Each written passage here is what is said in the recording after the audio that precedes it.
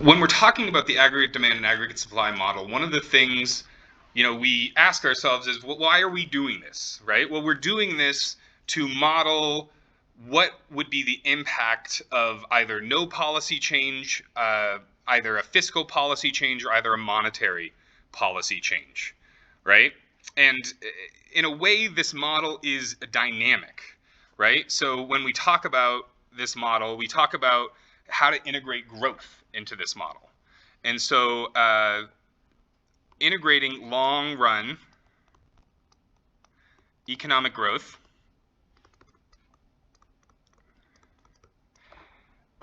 due to, and it could be a lot of things, but for the most part, right, most long-run economic growth is due to productivity gains, either due to human capital increases, physical capital increases, technological increases, so on and so forth, right? So due to productivity gains,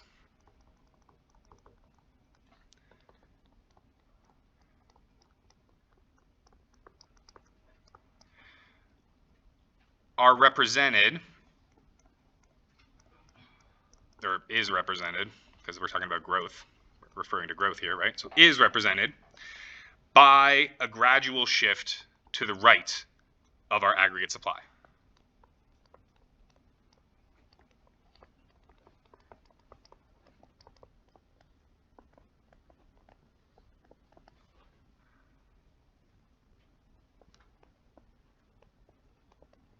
Specifically, our long-run average aggregate supply, right? The vertical line representing potential GDP.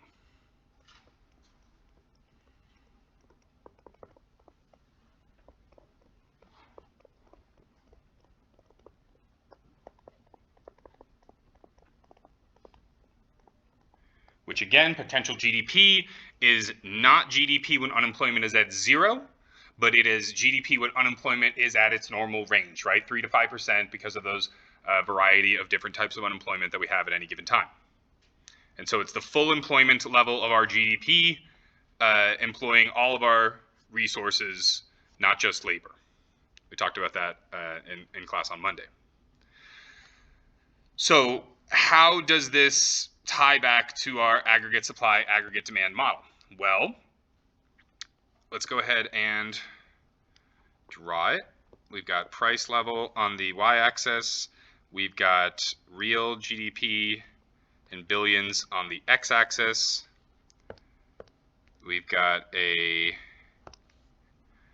steep downward sloping aggregate demand curve. We have a semicircle, or not a semicircle, a quarter circle of a aggregate supply curve, right?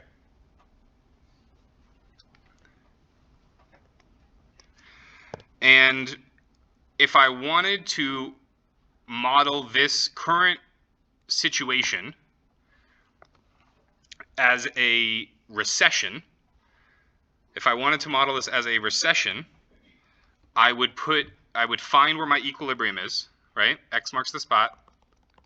This is some price level P star. This is some output level Y star. And what I would do is, if I want to model this as if there's a recession, I would put my potential GDP line to the right of that equilibrium. So I put my long run average supply curve to the right. And this shows this gap here between this equilibrium and the long run average. That is what we call a recessionary gap.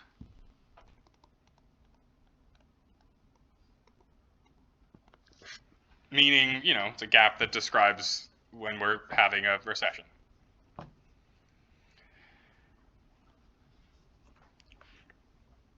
Similarly,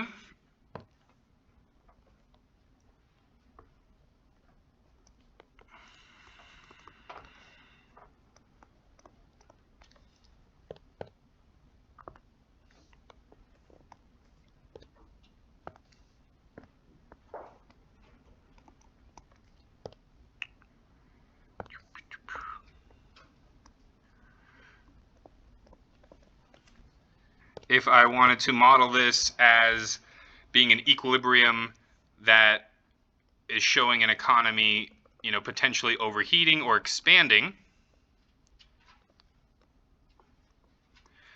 then I would place my long-run average supply curve to the left of the equilibrium. And then this distance in between here would be an expansionary gap.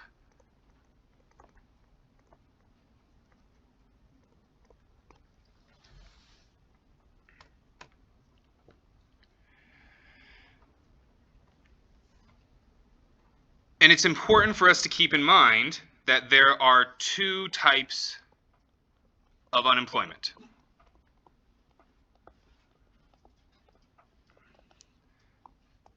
We've got short-run variations in unemployment, which we call cyclical, caused by the business cycle as the economy expands and contracts.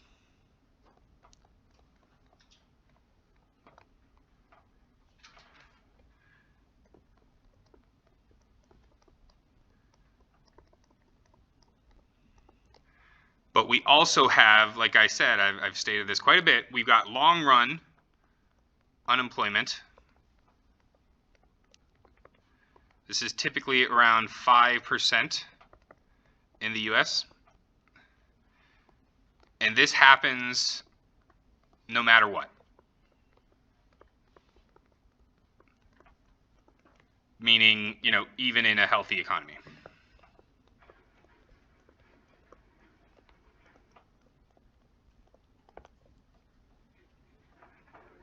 So why am I talking about unemployment here? Well, we can tie unemployment, and specifically this cyclical unemployment, right?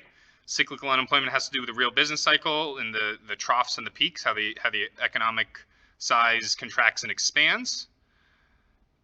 And so similarly, we can talk about how if we are very far from our full employment level,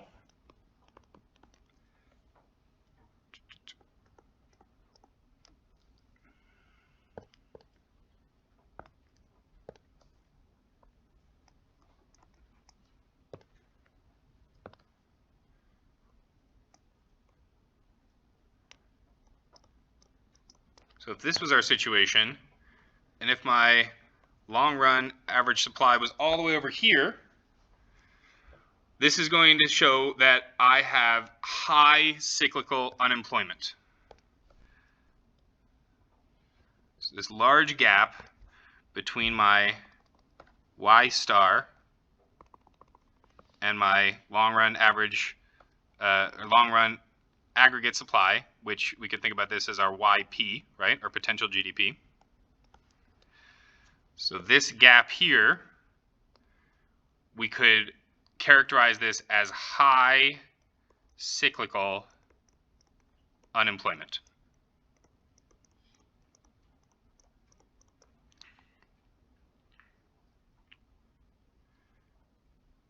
And obviously, if this were to shift,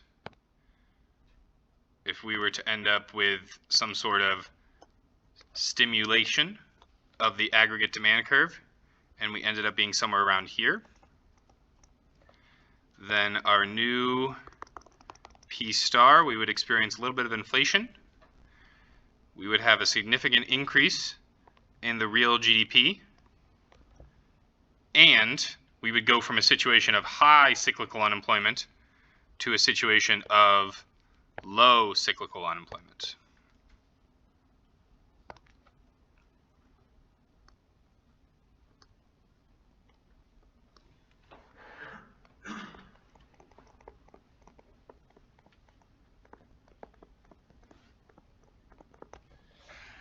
So when we are close to our potential GDP, we essentially, we're doing good. We have low cyclical unemployment. When we're very far from our potential GDP, we have some real difficulties in the labor market, and we're experiencing high cyclical unemployment. Any questions on tying employment in with the recessionary and expansionary gaps?